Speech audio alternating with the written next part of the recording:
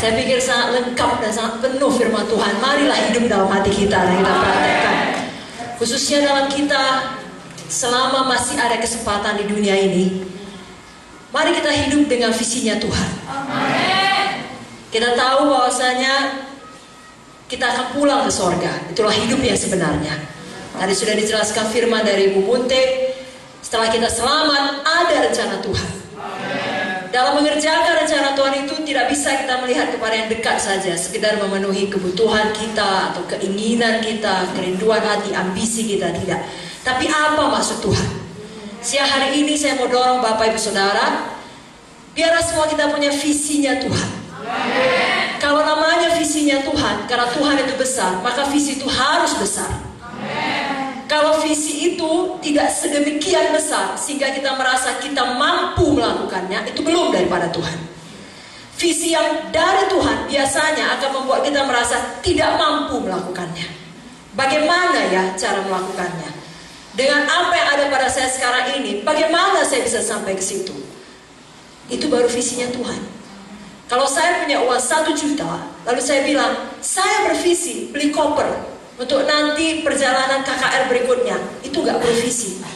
Dengan uang 1 juta, saya mampu membeli sebuah koper.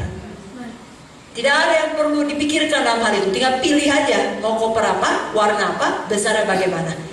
Tapi kalau saya hanya punya uang 1 juta, tapi kemudian berkata, saya mau bangun satu gereja dengan gedung yang baik, lengkap dengan alat musik, di Pahejulu, nah, itu baru tidak mungkin. Tapi kalau itu ditaruh Tuhan di dalam, maka entah bagaimana 1 juta itu kemudian bisa menjadi satu gereja di Pahejulu. Jadi Bapak Ibu Saudara, masing-masing kita di tempat ini ada visi Tuhan bagi Bapak Ibu Saudara. Satu visi yang besar, yang melampaui kapasitas manusiawi kita, yang membutuhkan kekuatan supranatural, kuasa daripada Roh Kudus yang harus kita terima. Beberapa di antara kita mungkin pernah menerimanya, tapi redup. Biarlah siang hari ini kita hidupkan kembali. Bahwa saya sebagaimana yang sering kita dengar dan sering kita khotbahkan sendiri, tidak ada yang mustahil kepada Tuhan. Dan tidak ada yang mustahil kepada kita yang percaya. Jadi masing-masing para saudara, baik bapak-bapak hamba Tuhan, ibu-ibu hamba Tuhan, kakak dan abang saya hormati, seluruh mahasiswa IAR, anak-anak seret dan terkasih, jemaat Tuhan, pelayan Tuhan di Tarutung Setapanuli, biarlah sambut visi Tuhan yang besar itu. Saya yakin Roh Kudus bicara. Sama seperti kalau di Alkitab kita tahu ada seorang pemimpi besar, pemimpi ulung, namanya Yusuf. Apa yang dia mimpikan tidak masuk akal, bahkan seharusnya tidak boleh, karena melanggar norma di zaman kehidupannya. Dia mimpikan berkas-berkas gandum keluarganya tunduk kepada dia, padahal dia anak nomor 2 paling muda. Itu tidak boleh. Tapi Tuhan menaruh di dalam dia, dan dia jujur setia kepada mimpi itu. Dia ucapkan kepada saudara-saudaranya, kepada orang tuanya. Di kala kedua dia bermimpi, saya yakin Roh Kudus juga demikian para saudara. Roh Kudus berikan mimpi, tiap minggu misalnya, ada jiwa bisa diselamatkan. Para saudara ingat, ada sidang yang menunggu saudara. Para saudara hamba-hamba Tuhan, ada kecamatan kabupaten yang lain, ada provinsi yang lain. Penuhilah bumi, tadi dikatakan kejadian 1, dengan anak-anak rohani. Mimpi itu biarkan hidup. Yusuf bermimpi lebih hebat lagi. Aku bermimpi matahari, bulan, 11 bintang sujud menyembah kepadaku.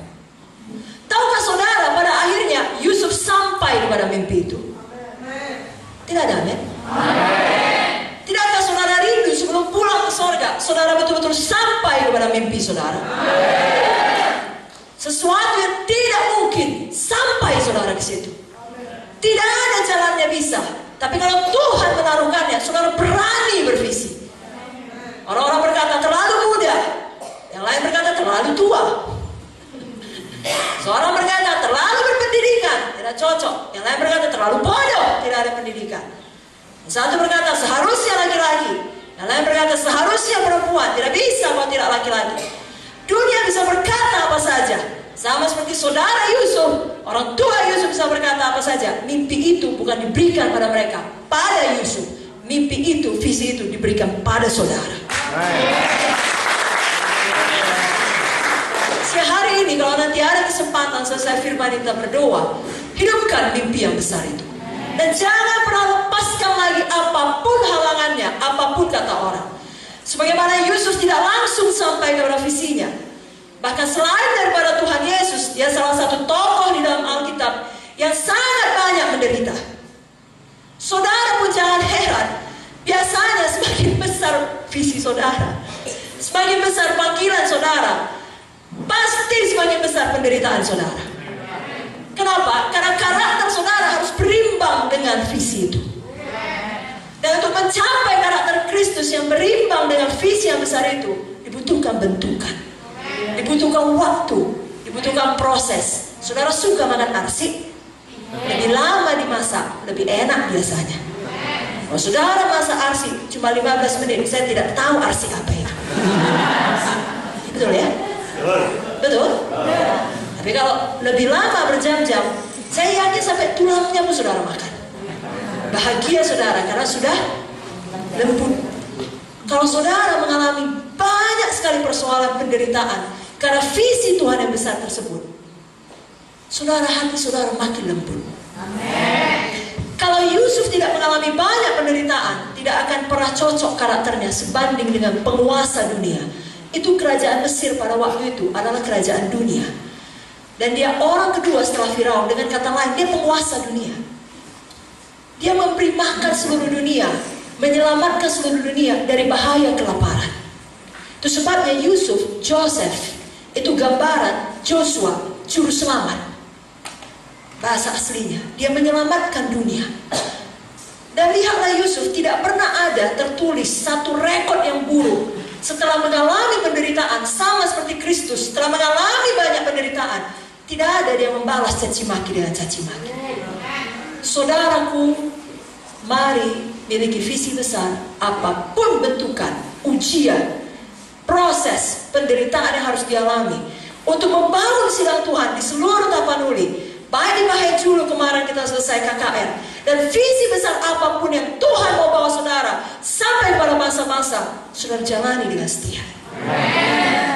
Ada banyak ujian. Saya katakan dengan singkat, kalau bisa dalam 10 menit ini, saudara dengar baik-baik. Ujian pertama yang dihadapi Yusuf namanya pengkhianatan. Kalau saudara mau sampai kepada visi yang besar, tidak bisa saudara lolos dari ujian ini. Tetap ada pengkhianatan. Dari siapa? Saudara pun tahu dari siapa. Dan kerap kali dari orang-orang yang paling saudara percayai, orang-orang yang dekat pada saudara. Kalau saya buat begini, gak ada saudara sakit kan? Kenapa? Gak cukup dekat. Coba sini dekat sedikit. Baru terasa. Ngerti? Jadi makin dekat orangnya, makin sakit pengkhianatannya. Tapi Yusuf melepaskan pengampunan. Kalau Yusuf tidak melepaskan pengampunan, dalam Kejadian 39 ayat 2 tidak akan tertulis Yusuf disertai Tuhan, sehingga ia berhasil dalam segala pekerjaannya. Dalam perjalanan hidup saudara akan ada pengkhianatan. Tapi Ibrani 12 ayat 15 berkata, jangan ada seorang pun menjauhkan diri dari kasih karunia Allah, sehingga tidak timbul akar yang pahit yang mencemarkan banyak orang. Saudara kalau tidak melepaskan pengampunan, ada kasih karunia untuk itu, tapi saudara tolak. Saudara bilang, tidak patut, tidak benar, tidak cocok, begini seharusnya. Akar pahit timbul, mencemarkan banyak orang. Kita mengasihi dalam kebenaran, tapi kita menyatakan kebenaran di dalam kasih. Kasih itu panjang sabar. Amin. Kan gak perlu kita nyanyikan panjang mukanya. Nah, ingat saja, panjang sabar itu anak Tuhan. Haleluya. Siapa mau mengampuni? Betul? Bagaimana nanti kalau kita mengalami seperti yang dialami Bapak Ibu Muti? Sudah dihempaskan semuanya, sudah keluar daripada kedokteran, sudah ditinggalkan semua hidup, dibangun sidang, lalu diambil orang. Bagaimana kalau itu sangat sakit lalu menyerah? Masih mau maju? Masih mau maju? Itu pasti akan terjadi. bukan menakut-nakuti saudara. Mungkin bentuknya tidak seperti itu, tapi sakitnya mirip-mirip. Karena kalau Yesus pun menderita, kita semua menderita, saudara. Dia telah meninggalkan teladan bagi kita supaya kita mengikuti jejaknya. Siapa mengambil bagian dalam penderitaan Kristus akan mendapat bagian dalam kemuliaan Kristus. Tanpa salib tidak ada kemuliaan. Bagian kita, Ibu Mutia dari sudah memberikan kesaksian dan firman, maju terus di dalam kasih Tuhan. Allah adalah kasih. Ujian yang kedua adalah ujian integritas. Siapa saudara sebenarnya akan ketahuan. Tadi sudah diajarkan firman oleh Ibu Mutia. Begitu kita selamat bakal melayani, manusia masih ada. Manusia lama, yang pembohong, yang penipu, yang pendendam, yang jahat, yang pemberontak, itu semua masih ada.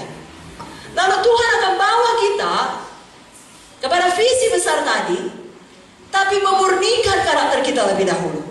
Sama seperti Yusuf. Ada seorang perempuan, istri Potifar, tiap hari, terus menerus, bukan sekali, menggoda dia dan berkata, Yusuf, tidurlah dengan aku. Saudara, Tuhan tahu kelemahan saudara. Jangan lupa, setan pun tahu kelemahan saudara. Setan tahu dari mana saudara selamat. Lalu saudara bilang, aku mau melayani Tuhan, aku mau jadi hamba Tuhan. Pas saudara pikir setan menaruh karpet merah. Oh, dia sudah bukan milik kita lagi. Biarkan dia melayani. Oh, segala daya upaya akan dia buat supaya saudara jatuh sesuai dengan kelemahan saudara. Pada anak-anak muda biasanya kenajisan, segala macam lah, percabulan, kecemaran, hawa nafsu, seperti yang terjadi pada Yusuf juga. Jangan biarkan itu menggagalkan panggilan saudara. Bagi kita masing-masing ada ujian yang lain. Saudaraku, sangat menyedihkan kalau kita jadi hamba Tuhan, cakap kita nggak bisa dipegang. Orang nggak tahu apa integritas kita. Orang nggak tahu di mana kita berdiri. Hari ini ikut sana, besok ikut sini. Kaki berdiri di dua tempat. Akan koyak. Kamu tidak dapat mengabdi kepada Allah dan juga kepada Mammon. Bohong kalau saudara bilang, saudara mau jadi hamba Tuhan tapi masih cinta uang. Kalau motivasi saudara jaminan hidup atau uang, mundur saja. Murnikan hati kita. Ujian integritas. Apa kata Yusuf? Bagaimana mungkin aku berbuat dosa seperti ini kepada Tuhan? Bagi orang dunia yang hidup pada masa itu, mungkin Yusuf tidur dengan istri Potifar adalah kesuksesan. Berhasil mendapatkan seorang perempuan terhormat, ternama. Padahal sebenarnya sama kita itu perempuan pelacur, binang. Tapi Yusuf berkata, bagaimana mungkin aku berbuat dosa kepada Tuhan? Dia lebih menyadari kehadiran Tuhan, panggilan Tuhan, mimpi Tuhan bagi dia. Dia tidak mau rusak dengan kesenangan sesaat. Jangan rusak panggilan Tuhan demi uang 1 miliar. Jangan rusak panggilan Tuhan demi jabatan di dalam gereja. Jangan cari kenyamanan. Oh, yang penting aku dapat kedudukan ini, yang penting aku dapat jaminan ini, yang penting aku terkenal, lalu nyaman. Lalu mimpi itu bubar. Kalau Yusuf tidur dengan istri Potifar, katakanlah istri Potifar berhasil menyelamatkan dia. Sepanjang umur menjadi haremnya, jadi gigolonya, nyaman hidupnya, banyak uangnya. Betul? Saudaraku, jangan rusak mimpi Tuhan yang besar dengan semua ditawarkan dunia yang kelihatannya baik. Saudara punya panggilan, saudara punya visi Tuhan. Apa kata orang? Kerjakan itu. Datang ujian, lulus. Datang godaan setan, datang kesempatan berbuat dosa, singkat saja, katakan tidak. Tidak. Tidak. Tidak. Saya tidak mau rusak visi Tuhan yang besar dengan jatuh ke dalam dosa. Lalu orang bisa melihat saudara sebagai hamba-hamba Tuhan yang punya integritas. Karena bagi Tuhan, kalau hati kita siap, gampang saja mengangkat kita. Amin. Kok gak ada amin? Amin. Kalau taburan kita sudah cukup banyak, dalam satu hari Tuhan yang datang.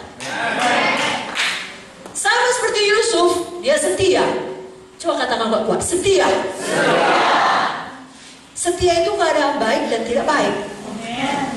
Kalau dalam kisah Yusuf, setia terus tidak baik. Kenapa tidak ada baiknya hidupnya? Hidup Yusuf sangat menyedihkan sebenarnya. Sungguh sayang sama bapaknya. Pergi jumpai saudaramu di Sikem. Patuh, karena patuh. Uang kerajaan, karena patuh. Sampai ke Sikem, tidak ada saudara-saudaranya. Bisa pulang kan? Tidak mau pulang. Berjalan yang kedua, orang berkata, saudaramu di Dotan. Pergi ke Dotan. Sampai Dotan, bukan mendapatkan sesuatu yang baik, mau dibunuh. Dimasukkan ke dalam sumur. Tidak menyenangkan. Tidak tahu apakah akan dilempari dengan batu, dan dibiarkan tersisa mati kelaparan diam-diam. Pemikiran seperti itu saja cukup untuk membuatnya gila. Lalu kemudian diangkat, dibikin dan lepaskan. Tidak, dijual sebagai budak. Tidak tahu pengalaman apa yang dapatkan sebagai budak. Sebagai budak, tetap juga ikut Tuhan, tetap juga patuh. Sampailah landing di rumah Potifar, digoda oleh istri Potifar. Berkata tidak ada dosa. Bukan diangkat Tuhan, masuk ke penjara. Setia. Sampai di penjara hatinya lembut, karena dia tahu bagaimana rasanya dimasukkan ke dalam penjara tanpa suatu kesalahan. Lalu juru minuman dan juru makanan daripada Raja Firaun masuk ke dalam penjara. Bukan ditanya, rasai kau, sama kita, senasib. Aku menderita, kau pun menderita. Tidak. Hatinya yang lembut mempersiapkan dia untuk melayani orang. Didatanginya. Kenapa kau murung? Diceritakan mereka persoalannya. Dibantunya, diartikannya mimpinya. Lalu dia bilang dengan baik-baik, dia minta tolong, dia rendah hati. Kalau nanti kau keluar, ingatlah aku. Apakah diingat? 2 tahun dilupakan. Saudara buat baik, saudara melayani, saudara menabur, saudara berkorban. Uang saudara kampaskan. Gak ada yang ingat. Saudara habiskan semua. Gak ada yang ingat. Gak ada yang peduli. Biarkan membusuk di penjara. Yusuf mengalaminya. Tapi tahukah saudara, dia setia. Apakah Tuhan bisa menemukan orang-orang setia di sini? Amsal 20 ayat 6 mengatakan, banyak orang menyebut dirinya baik hati, tetapi orang setia? Ada orang-orang baik di sini? Sekarang kita masuk ke langkah berikutnya. Ada orang-orang setia di sini? Belum semua angkat tangan. Ada orang-orang setia di sini? Setia jadi budak? Setia di penjara? Gak ada lagi amen ya? Setia ketika dilupakan? Maksud saya bukan saudara betul-betul jadi budak orang atau di penjara, di rutan masyarakat, lapas, bukan. Di penjara oleh satu keadaan, ya. Saudara nggak bisa berbuat apapun. Di penjara oleh satu situasi, dilupakan orang. Mau setia? Tahukah saudara, kalau saudara setia, waktu Tuhan tidak pernah terlambat, sama seperti Yusuf. Gak ada jalannya dari seorang yang dilupakan untuk membusuk di dalam penjara dalam 1 hari jadi penguasa. Sama kalau misalnya kita ke Sun Plaza yang cleaning service itu, kalau kita masuk kamar mandi 1 hari dia cleaning service, besok kita ketemu udah dia yang pegang saham seluruh Sun Plaza. Gak ada jalannya. Gak mungkin kan? Seandainya dia kerja keras 20 tahun pun gak mungkin. Betul. Mulai daripada pembersih sampai kepala pembersih, manajer pembersih, di situ-situ dia gak akan bisa tiba-tiba jadi pemilik Sun Plaza. Tadi bisa. Begitu dibuat Tuhan. Kalau hati saudara tidak melepaskan mimpi daripada Tuhan, dan kemana Tuhan membawa hidup saudara, ujian apapun saudara ikuti. Terlepas dari apa kata orang. Pada waktu Yusuf dimasukkan ke dalam penjara, saya yakin seluruh dunia berkata, patut. Memang dia jahat. Dia mau berbuat jahat kepada istri bosnya. Tidak ada yang tahu kebenarannya. Bahwa sesungguhnya justru dia yang berkata tidak pada dosa. Tapi tahukah saudara, surga tahu. Itulah integritas. Bukan reputasi. Reputasi apa yang dikatakan orang? integritas apa yang dikatakan Tuhan. Saudara pilih mana? Mau cari reputasi atau integritas? Jangan pernah lepaskan integritas. Saudara tetap setia. Saudara lulus ujian pengkhianatan. Saudara lulus ujian integritas. Lulus ujian kesetiaan. Tapi ada satu lagi yang terakhir. Seperti kita, sudah siap KKR begini, sudah sukses. Lulus ujian kesuksesan. Jangan terpana dengan kesuksesan lalu tidak maju lagi. Karena tiap kali ada satu mimpi yang berhasil digenapi, Tuhan berikan mimpi yang lebih besar. Satu mimpi yang digenapi, pengangkatan daripada Tuhan, satu keberhasilan adalah sarana. Saya ulangi, bukan tujuan. Sarana untuk mengerjakan mimpi Tuhan yang lebih besar. Untuk apa Yusuf diangkat jadi penguasa di Mesir? Oh, supaya dia bisa bilang, akhirnya saya berhasil jadi penguasa, di mana semua berkas gandum dan semua mimpi saya, bintang, bulan, matahari tunduk pada saya. Untuk itu kah? Tidak. Supaya dia bisa memakai posisi itu menyelamatkan Israel. Sudah mengerti? Kalau saudara diberkati dengan satu gereja, Tuhan mau membangun gereja lain. Saudara diberkati dengan menyelamatkan satu orang untuk menyelamatkan orang lain lagi. Diberkati dengan sejumlah uang untuk dipakai menghasilkan bagi kerajaan sorga. Diberkati dengan apa saja, itu bukan tujuan, itu sarana. Itu sebabnya kapan itu tidak menjadi masalah bagi saudara, sama seperti itu tidak menjadi masalah bagi Bapak Mute dan Ibu Mute, Tuhan berkati lebih lagi. Tapi kapan itu menjadi tujuan saudara, supaya nyaman, supaya ada jaminan, itu bisa berhenti di situ. Jangan saudara. Biarkan Tuhan kita yang tanpa batas memberkati saudara tanpa batas.